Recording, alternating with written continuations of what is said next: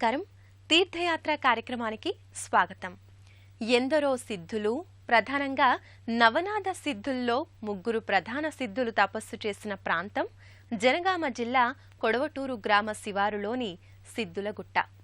సిద్ధేశ్వరుడిగా ఖ్యాతిగాంచిన ఇక్కడి పరమశివుడు సిద్ధులను ప్రసాదించే ఈశ్వరునిగా ప్రతీతి. కాలభైరవుడు, సిద్ధేశ్వరుడు ప్రధానంగా కొలువుదీరిన క్షేత్రం ఈ సిద్ధులగుట్ట. ఈనాటి తీర్థయాత్రలో ఆ క్షేత్ర విశేషాలను తిలకిద్దాం.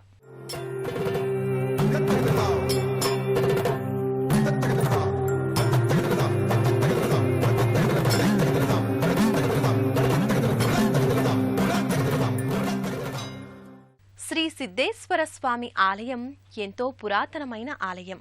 1693లో శ్రీ మహంత అనే భక్తుడి కలలో సిద్ధేశ్వర స్వామి కనబడి తన ఉనికిని ప్రకటించారట. అటువంటి పవిత్ర క్షేత్ర దర్శనం మనము చేద్దాం రండి.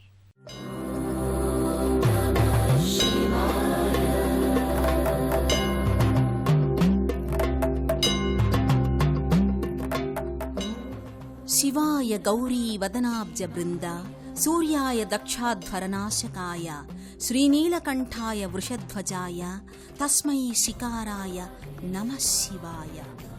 సకల శుభంకరుడు, సకల మంగళకారుడు సర్వేశ్వరుడు, ఆద్యంతాలు లేని మహాదేవుడు, భక్త సులభుడు. ఆయన కొలువు తీరని ప్రదేశాలంటూ లేనేలేవు. అలా ఆ దేవదేవుని దర్శనం కోసం ఎందరో ఋషులు, యోగులు, మునులు ఇప్పటికీ హిమాలయాలలో పరమ పవిత్ర ప్రదేశాలలో తారసపడుతూ ఉంటారు. ఇప్పుడు మనం చూస్తున్న ఈ దివ్యాలయం కూడా ఆ కోవలోనిదే. జనగామ జిల్లా బచ్చన్నపేట మండలం కొడవటూరు గ్రామానికి సమీపాన ఉన్న సిద్ధులగుట్టగా పిలువబడుతున్న పర్వతంపై ఉన్న శ్రీ సిద్ధేశ్వర స్వామి ఆలయమిది. ఎందరో మునులు తపస్సు చేసి సిద్ధులను పొందిన పరమ పవిత్ర ప్రదేశంగా ఇది వినుతుకెక్కింది. స్థల పురాణాన్ని బట్టి ఈ క్షేత్రానికి ఓ గాథ ప్రచారంలో ఉంది. ఈ గుట్టపై రహస్య స్థావరాలను ఏర్పరచుకుని సిద్ధులు నివసించేవారని, వారి జప, తప, అనుష్ఠానాల కోసం 2 కోనేర్లను ఏర్పరచుకుని ఈ కోనేర్లలోని జలాన్ని శివాభిషేకం కోసం ఉపయోగించేవారట. ఆ కోనేర్లే ఇప్పటికీ బాలసిద్ధేశ్వర కోనేరుగా, శ్రీ ఆంజనేయ కోనేరుగా పేరొందాయి. వీరు బస చేసినటువంటి కొండ గుహలు ఇప్పటికీ ఉన్నాయి. ఆ గుహ సొరంగ మార్గం చూస్తే సంభ్రమాశ్చర్యాలకు లోనవుతారు. ఈ గుహలోని ఈ సొరంగ మార్గం ద్వారానే సిద్ధులు పరమేశ్వర పూజకు బయలుదేరేవారట. ఇక్కడే లాదోట అనే తోట కూడా సహజసిద్ధంగా వెలిసిందేనని చెబుతారు.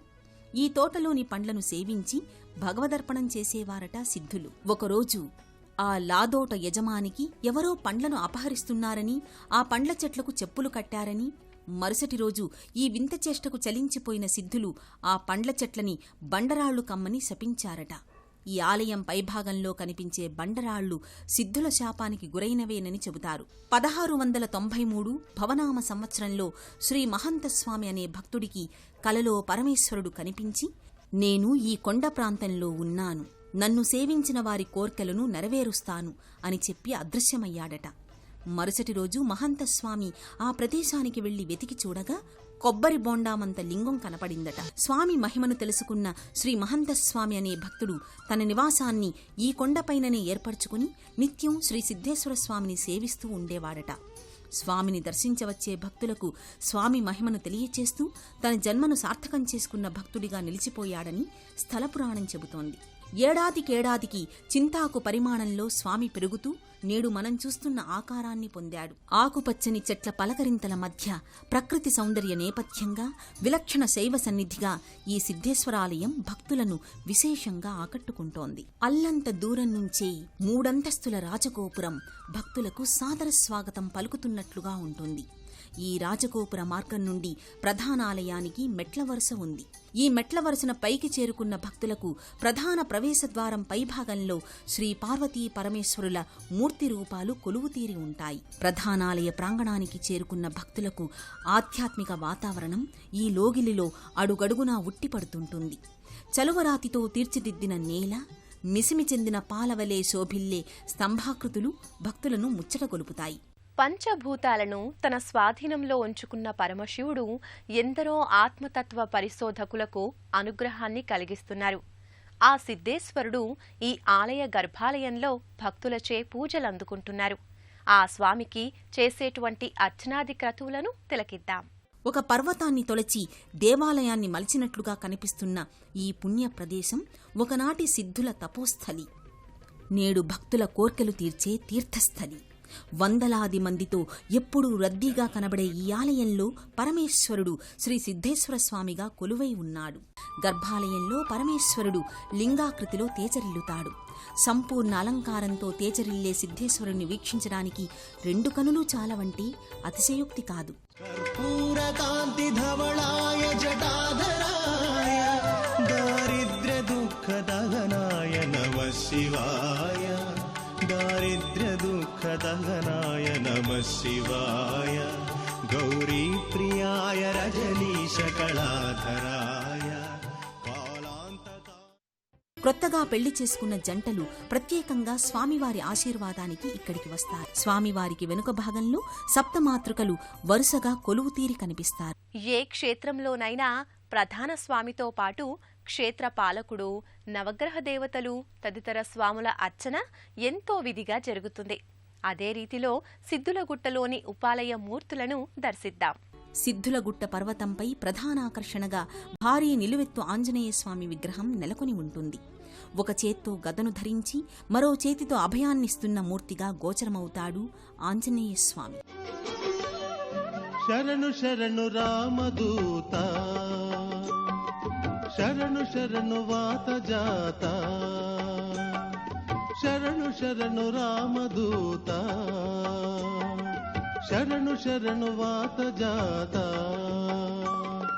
శిరము వంచి శరణమంటి వరములిచ్చి బ్రోవమంటి, శిరము వంచి శరణమంటి. మరో ఉపాలయంగా శ్రీ కాలభైరవస్వామి ఆలయం ఉంది. ఈ క్షేత్రానికి క్షేత్రపాలకుడిగా కాలభైరవస్వామి కొలువుతీరి ఉన్నాడు. వివిధ హస్తాలలో ఆయుధాలను ధరించి ధీర గంభీరమూర్తిగా గోచరమవుతాడు.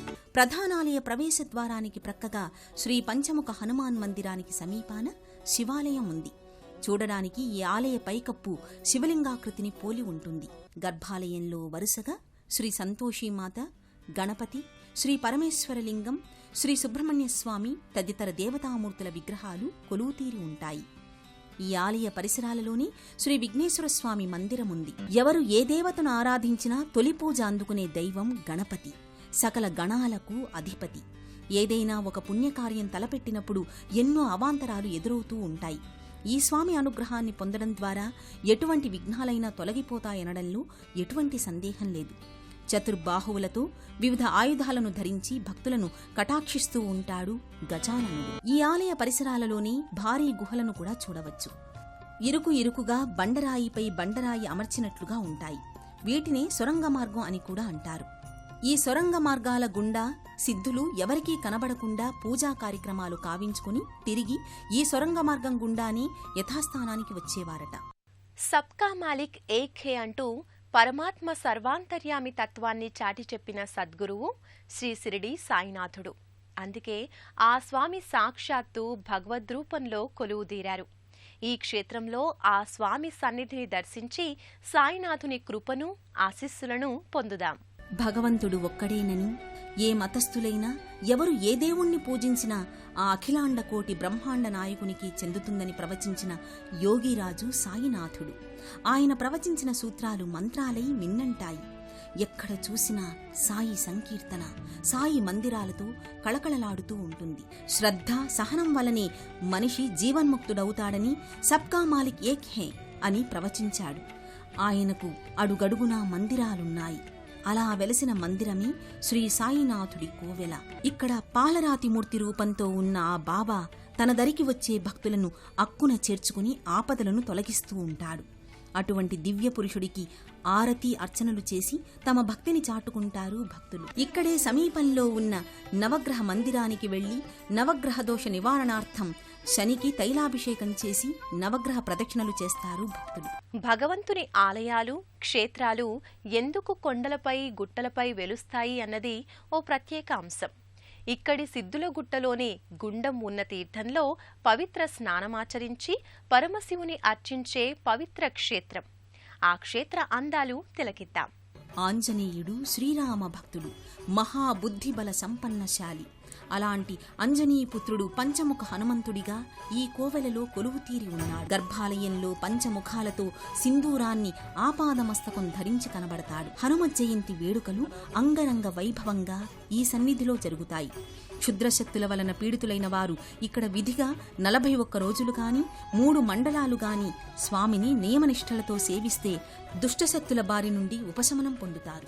శ్రీ సిద్ధేశ్వర స్వామి వారి ఆలయంలో వైశాఖ మాసం, శ్రావణ మాసం, కార్తీక మాసాలలో విశేష పూజా కార్యక్రమాలు జరుగుతాయి. ప్రతిరోజు మహాన్యాసపూర్వక రుద్రాభిషేకం, ప్రదోషకాల పూజలు జరుగుతాయి.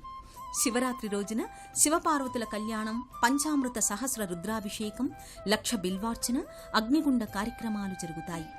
సంతానం లేనివారు ఇక్కడి సిద్ధేశ్వర స్వామిని మండలం రోజుల పాటు అంటే 41 రోజుల పాటు నియమనిష్టలతో సేవిస్తే సంతాన ప్రాప్తి కలుగుతుంది. దానికి నిదర్శనాలు ఇక్కడ ఎన్నో ఉన్నాయి. 1970వ సంవత్సరంలో ఈ ఆలయాన్ని దేవాదాయ ధర్మాదాయ పరిధిలోకి తీసుకురావడం జరిగింది. ఎన్నో సంవత్సరాల నుంచి నిత్య పూజలందుకుంటూ అనాదిగా భక్తులను అనుగ్రహిస్తున్నాడు శ్రీ సిద్ధేశ్వరుడు. కోరి కొలిచిన వారి పాలిట కొంగు బంగారమై భక్తుల పాలిట పెన్నిదిగా విరాజిల్లుతున్నాడు. ఎన్నో మహిమాన్విత చారిత్రక ఘట్టాలకు నిలయమైన జనగాం జిల్లా కొడవటూరులోని సిద్ధులగుట్ట ఆలయ దర్శనం ఎంతో ఆనందదాయకం. సిద్ధేశ్వరుని కరుణా కటాక్షాలు మనపై ఉండాలని కోరుకుందాం.